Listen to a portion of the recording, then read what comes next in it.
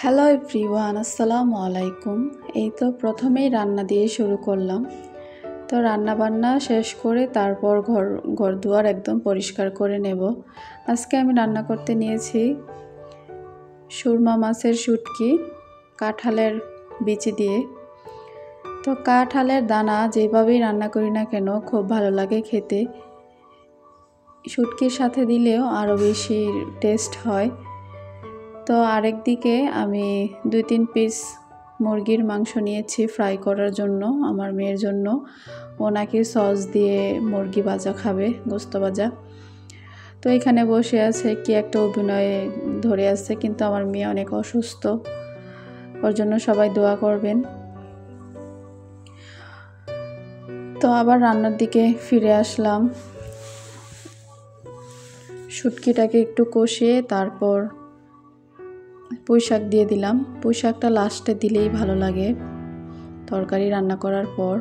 তো আমি এখানে বলে গেছি টমেটো কষানোর সময় দেওয়ার কথা বলে গেছি।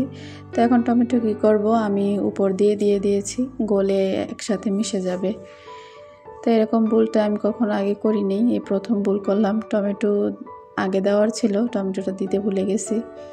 তো এখনকার টমেটো খুব নরম সফট, একদম গলে যায়, পরে দিলেও কোনো সমস্যা হবে না।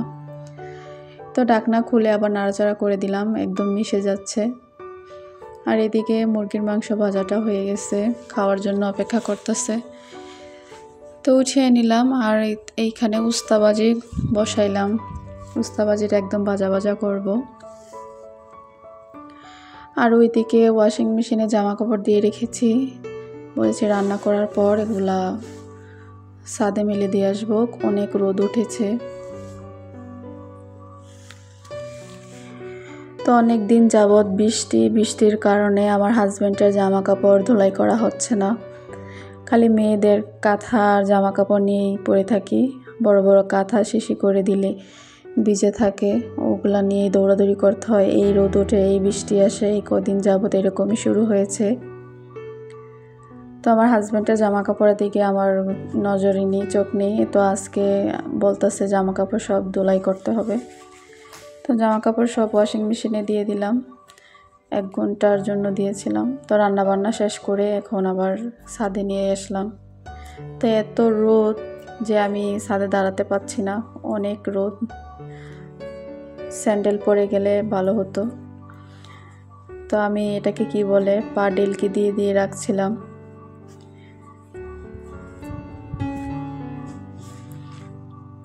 যেই রোদ উঠেছে একদম শুকিয়ে যাবে যদি 1 ঘন্টা রোদ থাকে, কারণ অর্ধেক ওয়াশিং মেশিনেই শুকিয়ে দেয়। তো আমি কিন্তু একদম দৌড় দিয়ে চলে এসেছি। তো রান্না বান্না শেষ, রুম গুছাতে চলে আসলাম। তো আগে ঝাড়ুটাই দিয়ে নিলাম।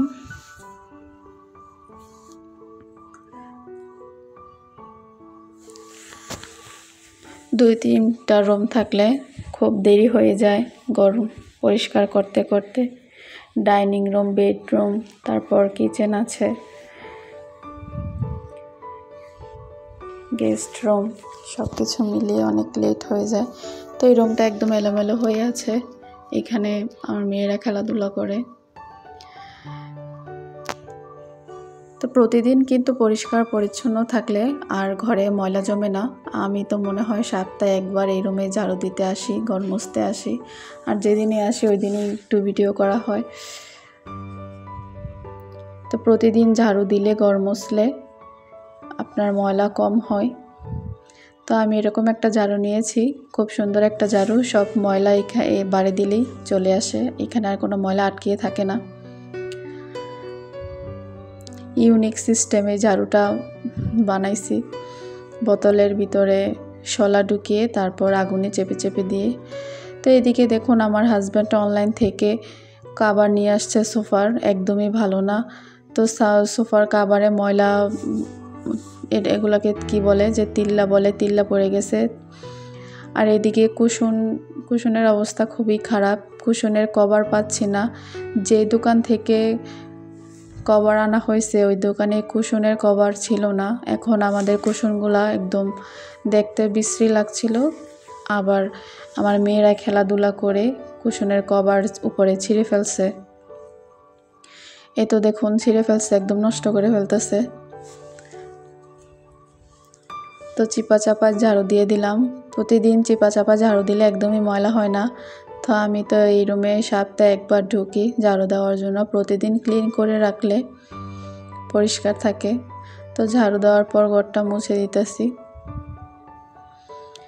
হাতে ঘর মুছলে এক সপ্তাহ পর্যন্ত মোছা লাগে না, আর ডাস্টার দিয়ে বা হাতে ওই যে লাঠির সাহায্যে ঘর মুছলে কোনায় ময়লা থাকে, আর হাতে পরিষ্কার করলে খুব ভালো হয়। তো রুম টুম আমাদের গুছানো শেষ। আমাদের শাহাদাত ভাই খাওয়া দাওয়ার জন্য বসে পড়েছে, আমাদের কারিগর। তো ওনাকে খাবার দিতে হবে। তো এই তো রুম টুম গুছিয়ে আমি এখন গোসল করতে চলে গেলাম। তো গোসল করে বের হয়ে দেখলাম যে মেঘ জমেছে আকাশে, বৃষ্টি আসবে। তাড়াহুড়ো করে আমি ছাদে চলে আসলাম জামা কাপড়গুলো নিতে। জামা কাপড়গুলো শুকাইছে কিন্তু পরার মতো না, এটাকে আরেকটু রোদ দিতে হবে, একেবারে শুকায় নাই। তো এত অন্ধকার ছিল বলার বাইরে। তো আজকের মতো এ পর্যন্তই। আল্লাহ হাফেজ।